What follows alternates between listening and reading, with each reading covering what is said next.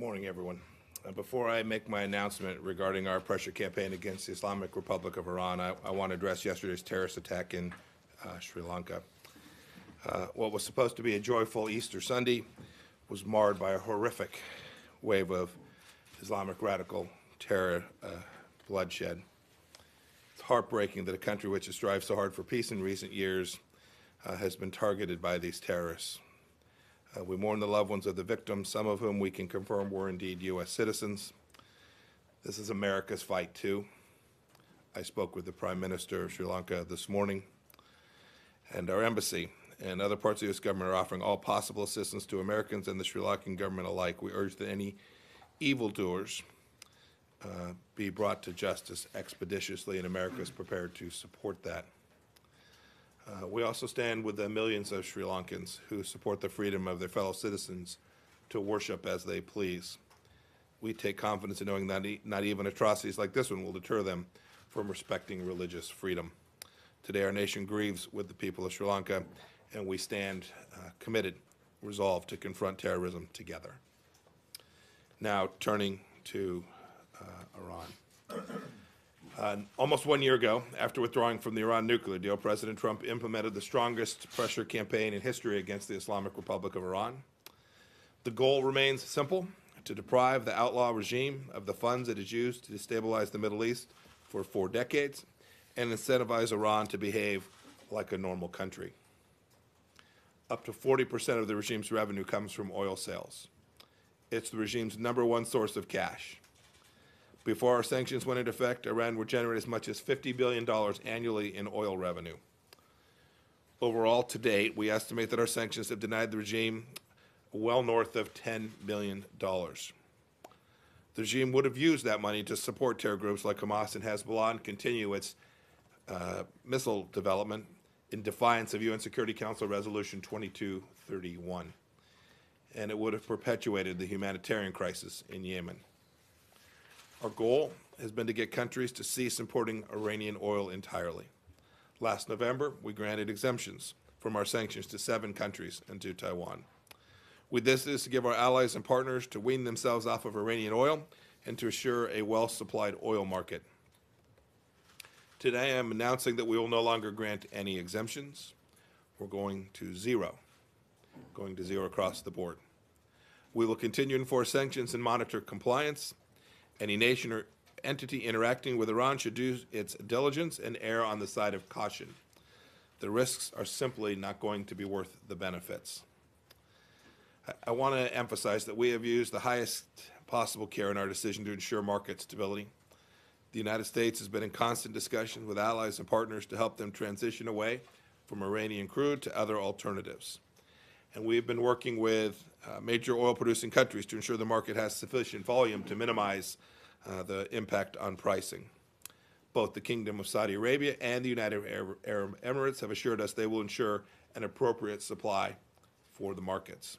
And of course, the United States is now a significant producer as well.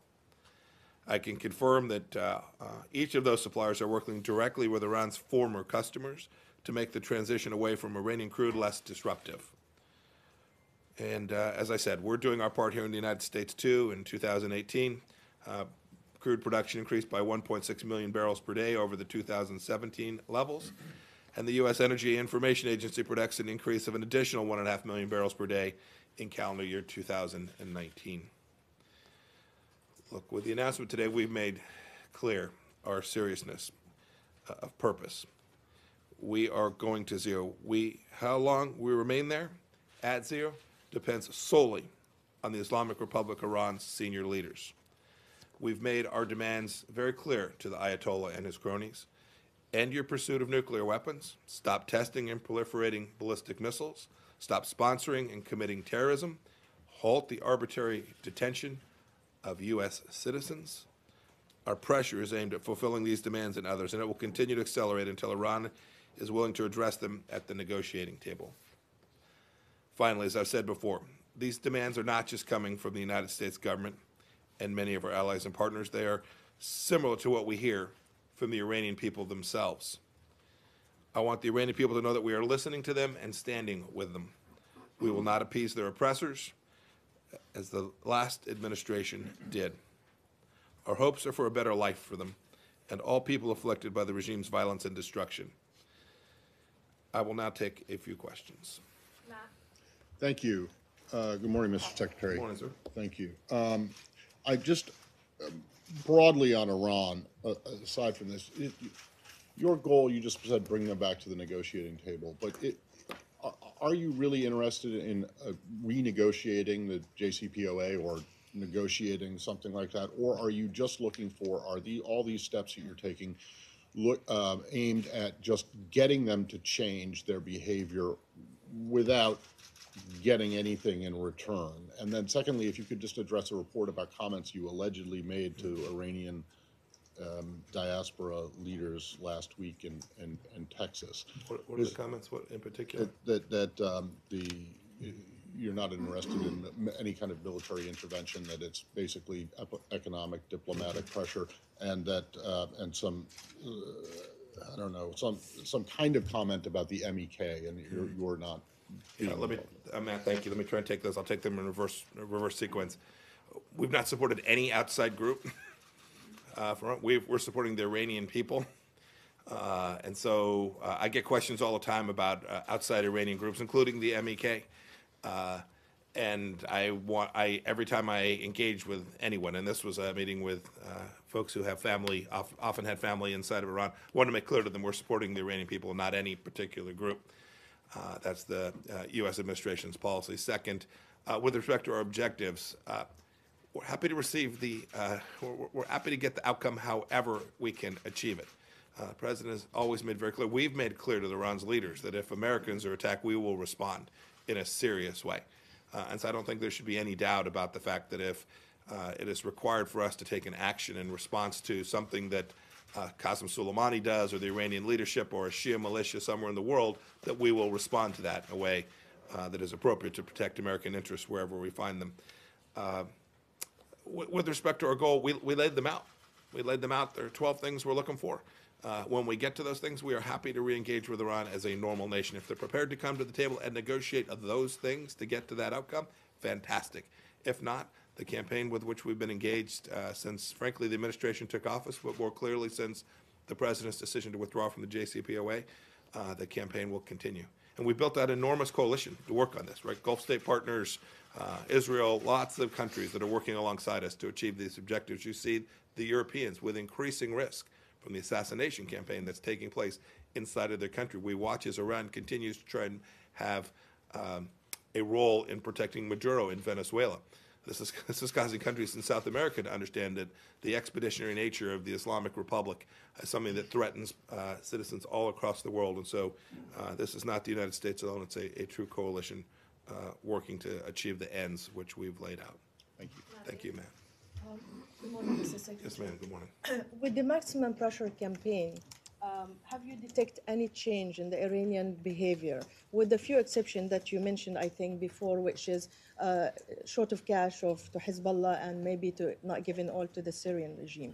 And also talking about senior leadership, do you have any comment about the appointment of the new leader of the IRGC? I think his name is Mr. Hussein Salami. Yes. Because he's been praised as a hardliner anti-U.S.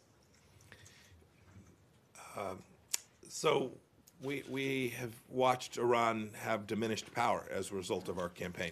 Their capacity to wreak harm around the world is absolutely clearly diminished. I talked about it with respect to Hezbollah not being able to make payroll in a timely fashion. I've talked about it in other places as well. What we're announcing this morning, the designation of the IRGC a couple of weeks back, actions that we'll take in a handful of weeks. Each of these things will continue to support the Iranian people so that they can get what they ultimately are so desperately seeking. I don't have any comment on the new appointment of the IRGC leader other than this. You described him as a hardliner. It is the case that every Iranian leader, that includes President Rouhani and Foreign Minister Zarif, has accepted the notion, has accepted this fundamental notion of the nature of the regime itself. Right, so they accept that the Islamic Republic of Iran is the appropriate method for which Iran to engage. Once they've conceded that, in our view, these distinctions are often insignificant. That is, if you are pushing and you're supporting Qasem Soleimani's efforts in Iraq, if you're supporting the efforts of the Iraqi Quds Force and Hezbollah, and you're supporting the underwriting of Hamas, by definition, that is working against what America has laid out as our objective. Thank you, sir. Take one more, Morgan. Yeah. Morning. Hello, how are you, Mr. Secretary? I'm very good, thank you. Mr. Secretary, I want to ask you about the timing of your announcement. Oil supplies are pretty tight, given that a lot of the oils come off Venezuela as well. What are your discussions? China said today that the US had reached beyond its jurisdiction. What assurances do you have from Saudi Arabia, the UAE, to supply the market in a timely fashion? And second, do you believe that, I think it's the 5 largest importers of Iranian oil, will abide by what you're asking of them? With respect to your second question, we've made clear, if you don't abide by this, there'll be sanctions. Right? This is what we're laying out this morning. We have a requirement, and to conduct these transactions, one almost always needs to participate in the financial markets, and we intend to enforce the sanctions. We don't lay out sanctions that we don't have any intention of encouraging countries to cooperate with. With respect to, I'll leave to others to talk about the details of what the Saudis and the Emiratis have agreed to, but I've had conversations, the President has had conversations with these countries, and they have committed to making sure that there is sufficient supply in the markets. And I'm confident that we'll achieve that. I'm confident that they'll support this policy that is consistent with their objectives as well. One more? One more? Yes, go ahead, sir. Thank you, sir. Very quickly. What's that? You could stay all day. Very quickly, sir. Got to You get to the said- Easter egg roll. So you said that you are at zero level today. Is that effective today? Or do they have? It's May 2nd. The May current 2nd. waivers expire okay. on midnight May 1st, I think. So it they're is. not getting like any grace period beyond May 2nd. That's it. There All are- must stop. There are no SRE waivers that extend beyond that period. Full stop. So in the interim, they need to look at other sources, like That's to make right. up for. Look, whatever lost. we've always tried, and I think we've always been very fair about this. If there's a particular transaction that is incidental act, right? So I don't want to foreclose the possibility, but there will be no waivers that extend beyond the 1st of May. Great. Thank you all. Thank you all very much. Sri Lanka, sir? Yeah, sure. Do you think the incident there says anything about the dangers ISIS continues to pose now that they've been defeated on the battleground? Yes, radical Islamist terror remains a threat. The President's been very clear about that. I think I've been very clear about that. We are continuing to do real work against these evil human beings that went into places of worship on Easter Sunday. We've taken that threat down substantially. The destruction of the caliphate was important and it mattered, and the takedown of these threats from other geographies as well. But sadly, this evil exists in the world, and the United States and all of its partners that are cooperating in the de-ISIS campaign, some 80 countries, and other nations too that are assisting us in defeating this terrorism around the world. We have to remain active and vigilant, and it's going to require attention. There's no doubt about that. So thank you all very much. Thank you. Have a great day. Thank you, sir.